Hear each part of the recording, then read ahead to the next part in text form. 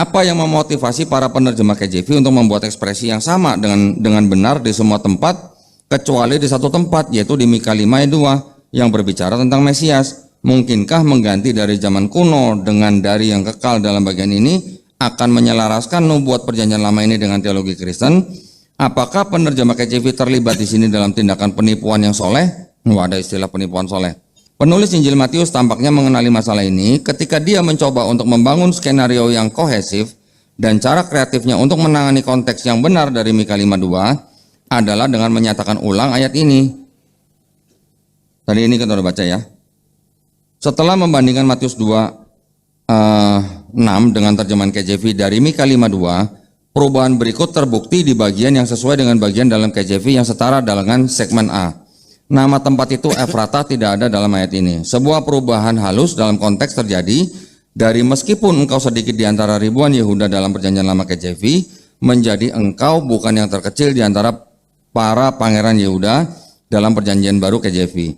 Kesimpulan, Mika 5:2 tidak berbicara mengenai seorang yang akan lahir di kota Bethlehem, melainkan berbicara mengenai menggunakan logika klaim Kristen dan mengingat ribuan orang telah datang dari Bethlehem selama sejarahnya.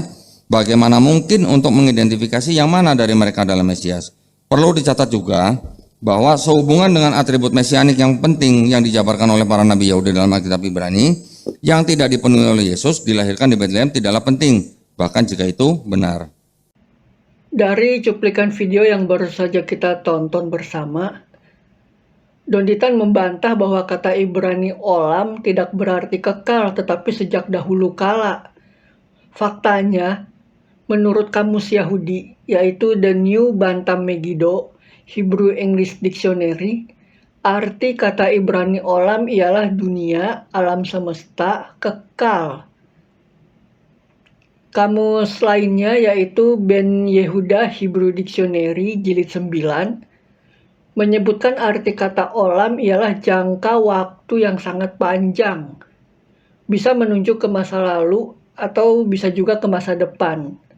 Juga berarti kekekalan. Dari sini kita mengetahui, menurut pikiran masyarakat Yahudi, kata olam juga berarti kekal atau kekekalan.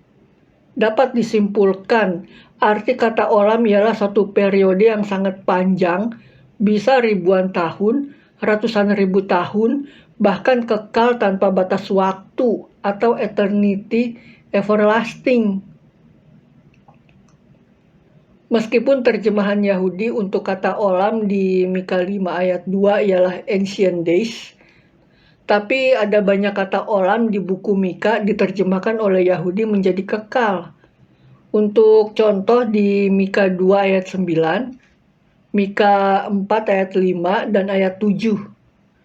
Juga di banyak bagian perjanjian lama lainnya, kata olam diterjemahkan kekal. Jadi sebenarnya entah diterjemahkan ancient atau everlasting, keduanya bisa diterima. Ini bergantung pada penafsiran sang penerjemah memahami konteksnya. Sampai di sini tuduhan Don Ditan pasti salah, bahwa kekristenan seperti KJV salah menerjemahkan. Dan secara tata bahasa, bukan doktrin, tapi secara tata bahasa, tidak pernah ada dari pihak Yahudi manapun yang menyalahkan terjemahan everlasting atau kekekalan untuk kata olam di Mika 5 ayat 2. Selanjutnya, bantahan Don Ditan bahwa nubuatan di Mika 5 ayat 2 berawal dari Rut, tetapi sayangnya, Don Ditan yang pakai dalil Yahudi malah dibantah oleh Rasi, sang guru besar Yahudi. Saya tampilkan di layar ajaran Rasi dikutip dari Sefaria ORG. Di kutipan ini jelas Rasi mengajarkan bahwa Mika 5 ayat 2 menunjuk kepada sang Mesias yang asal-usulnya sudah ada dari sejak dahulu kala. Dan di hadapan matahari namanya adalah Yinon. Pada kalimat Rasi tertulis sejak dahulu kala. Yang sebenarnya ungkapan ini diterjemahkan dari bahasa Ibrani Mikedem, yang berarti sejak dahulu kala di zaman kuno. Atau Mikedem ini juga bisa dimengerti sejak awal penciptaan dunia. Ini bisa dibuktikan dengan kata Ibrani Mikedem juga muncul di Habakuk 1 ayat 12. Diterjemahkan oleh Yahudi di JPS 1917. Ini diterjemahkan menjadi everlasting atau kekekalan. Sedangkan Art Scroll Stone Edition menerjemahkan menjadi from the beginning of time atau dari sejak awal zaman. Tapi memang perlu diketahui, kata Mikedem tidak selalu berarti sejak awal zaman penciptaan dunia. Kemudian Rasi juga menulis ungkapan Lipnei Semes yang berarti di hadapan matahari. Siapakah Sang Mesias yang dimaksud Rasi? Sang Mesias yang mungkin sudah ada sejak awal penciptaan dunia dan matahari tunduk kepadanya?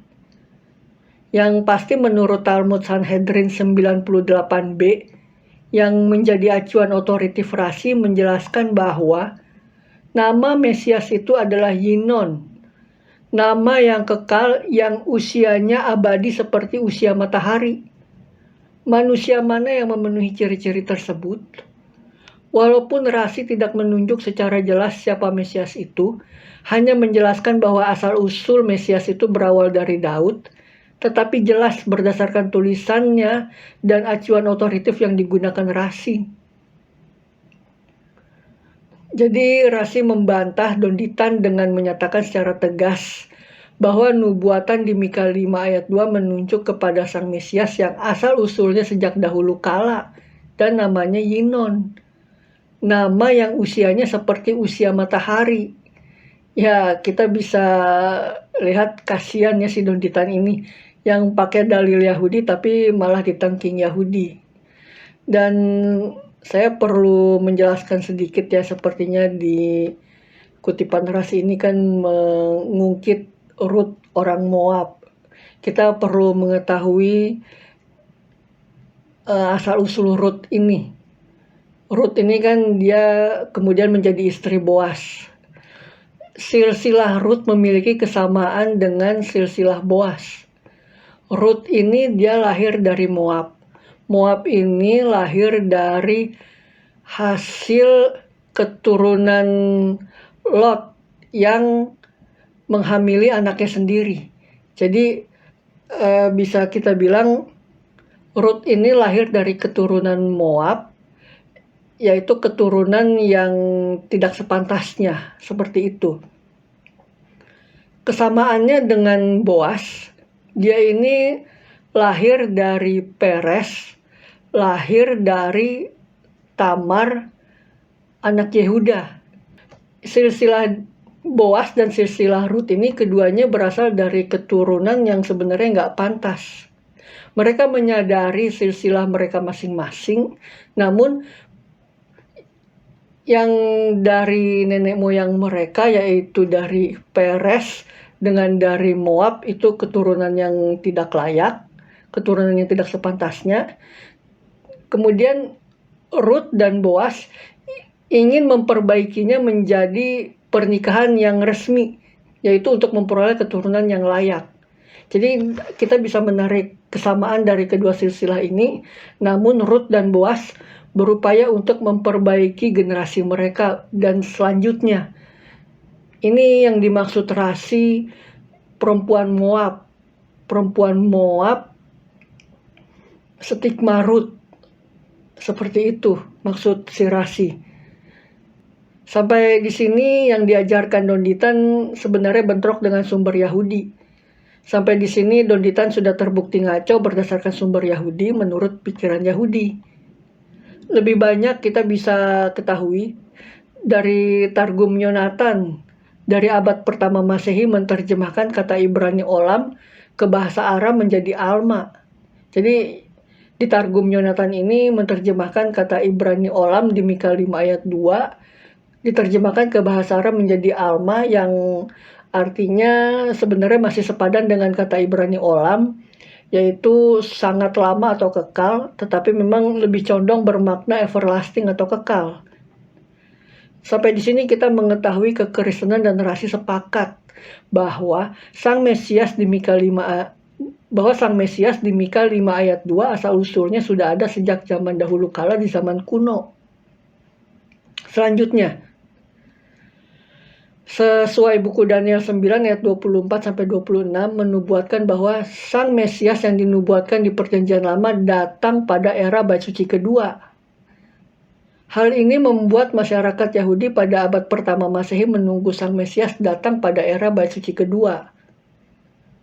Dapat dibuktikan dengan berbagai dokumen Yahudi seperti Septuagint, naskah Laut Mati untuk gulungan atau fragmen 11Q14, dan pernyataan Simon Bar Yochai di abad 2 Masehi hampir ditetapkan sebagai Sang Mesias namun gagal karena dia mati. Karena buku Daniel sudah mengunci mati bahwa Sang Mesias harus datang pada era Bait Suci kedua, maka Yahudi manapun tidak akan dapat menemukan kandidat lain selain menerima Yesus Sang Mesias Israel. Nggak ada kandidat lain yang lebih pantas selain Yesus. Menurut ciri-ciri di buku Daniel 9 ini. Kita perhatikan kalimat di Daniel 9 ayat 24. Untuk melenyapkan kefasikan, untuk mengakhiri dosa, untuk menghapuskan kesalahan, untuk mendatangkan keadilan yang kekal, untuk menggenapkan penglihatan dan nabi, dan untuk mengurapi yang maha kudus. Kemudian juga disebutkan akan disingkirkan seorang Mesias, tetapi tidak ada untuknya. Semua ciri-ciri itu hanya bisa diterapkan kepada Yesus. Tidak ada siapapun yang lain, karena tidak seorang pun yang sanggup memenuhi ciri-ciri tersebut. Ingat, Sang Mesias harus datang pada era Bait Suci kedua. Yahudi yang menolak Yesus ingin menetapkan Simon Bar Yochai sebagai Sang Mesias tetapi gagal. Karena hanya Yesus yang bisa memenuhi syarat Sang Mesias Israel. Kita juga perlu mengetahui, pada abad pertama Masehi terdapat 25 sekte Yahudi. Yang paling terkenal ialah Farisi, Ahli Torah, Saduki, dan Eseni. Kekristenan adalah Yudaisme aliran Yesus, yaitu sekte Farisi yang menerima Yesus Mesias Israel. Semua tokoh inti di Perjanjian Baru adalah Yahudi asli, meski Lukas tampaknya seorang kafir yang beralih menjadi Yahudi. Mereka semua mengajarkan yang diajarkan Yesus seorang Yahudi berdasarkan kitab suci Yahudi. Hal yang benar, mengajarkan agama Islam pakai Al-Quran. Demikian juga mengajarkan Yudaisme pakai kitab suci agama Yahudi, yaitu Perjanjian Lama. Ini bukan pencurian kitab suci. Sebab bagaimana mungkin mengajar agama Islam pakai Al-Quran disebut maling kitab suci. Demikian juga kekristenan pakai kitab suci agama Yahudi bukan maling kitab suci. Bagaimana mungkin belajar Yudaisme pakai kitab suci Yudaisme disebut maling? Ini kan namanya tuduhan konyol. Berdasarkan seluruh Perjanjian Lama, tidak ada satu Yahudi pun yang dapat menunjukkan siapa Sang Mesias pada era Bait Suci kedua jika bukan Yesus. Karena hanya Yesus kandidat paling tepat dan tidak ada yang lain. Juga harus diperhatikan bahwa Yesus sangat memenuhi semua syarat sebagai Mesias Israel sesuai nubuatan di Perjanjian Lama. Meskipun demikian, tampaknya ada satu bantahan dari Donditan yang menyebutkan bahwa Matius 2 ayat 6 bentrok dengan Mika 5 ayat 2. Karena Matius menyebutkan Bethlehem sedikit pun bukan yang terkecil di antara Yehuda. Ini bentrok Mika 5 ayat 2 yang tegas menyebutkan bahwa Bethlehem Efrata terkecil di antara ribuan Yehuda. Memang benar dan tidak bisa dibantah Matius mengutip dari Mika 5 ayat 2. Tetapi bukan kutipan langsung. Atau dengan kata lain Matius mengutip dengan cara menafsirkannya. Kata ribuan di Mika 5 ayat 2 diterjemahkan dari kata Ibrani elep berarti ribuan. Elep ini juga dimengerti sebagai simbol kehebatan atau kehebatan suatu suku. Contohnya di Hakim-Hakim 6 ayat 15 menunjukkan Gideon yang terkecil dari suku Manaseh tetapi dipakai Allah menjadi pemimpin terbesar di sukunya, bahkan untuk seluruh Israel. Contoh lain di 1 Samuel 10 ayat 19 menceritakan ketika Samuel mengurapi Saul menjadi raja yang dipilih Allah dari antara tongkat kepemimpinan dan suku-suku Israel. Kata Ibrani Sebet yang diterjemahkan menjadi suku sebenarnya berarti tongkat kepemimpinan. Dengan demikian, Mika 5 ayat 2 mengandung arti terkecil di antara suku-suku Yehuda yang hebat. Namun, dari yang terkecil ini lahir seorang pemimpin seperti yang terjadi pada Gideon. Mungkin inilah maksud Matius menulis sedikit pun bukan yang terkecil di antara Yehuda. Karena Allah akan membuat Bethlehem yang terkecil menjadi yang terbesar. Ya, mungkin begitu. Oleh karena itu, jangan langsung menuduh Matius bentrok Mika, tetapi yang harus dicari ialah maksud Matius sebenarnya. Sebagai tambahan, Sang Mesias Israel lahir di Bethlehem bukan karangan Matius, tetapi doktrin Yahudi pada masanya. Ini seperti yang tertulis di Matius 2 ayat 5. Menurut pengakuan para imam yang dipanggil Herodes. Jelas ini bukan pengikut Kristus ya, atau bukan Kristen. Bahwa Sang Mesias akan lahir di Bethlehem. Jika Matius salah bahwa Sang Mesias akan lahir di Bethlehem, maka itu artinya seluruh leluhur Yahudi yang menolak Yesus juga salah. Satu hal yang pasti ialah Matius tidak merubah apapun dari bagian perjanjian lama. Saya sudah bisa menilai dari bahasannya si Donditan bahwa sebenarnya Donditan tidak paham tapi mengajarkan banyak umat sehingga menyesatkan banyak umat. Kasihan umatnya sendiri dibodohi. Kuncinya, untuk memahami kekristenan dengan benar harus paham konteks Yudaisme, terutama Yudaisme abad pertama Masehi. Bukan Yudaisme setelahnya seperti yang diajarkan Donditan dan sekutunya yang sudah menggeser dan tidak pernah dikenal oleh semua leluhur Yahudi kuno. Bahkan tidak berdasarkan kitab suci perjanjian lama. Maka kita sudah dapat memastikan bahwa pemahaman Donditan dan sekutunya bukan hanya ngaco tetapi juga pantas ditolak. Jika suka atau bermanfaat, subscribe, like, dan bagikan supaya semua orang dapat mengetahui kepalsuan Donditan dan sekutunya. Terima kasih telah menonton.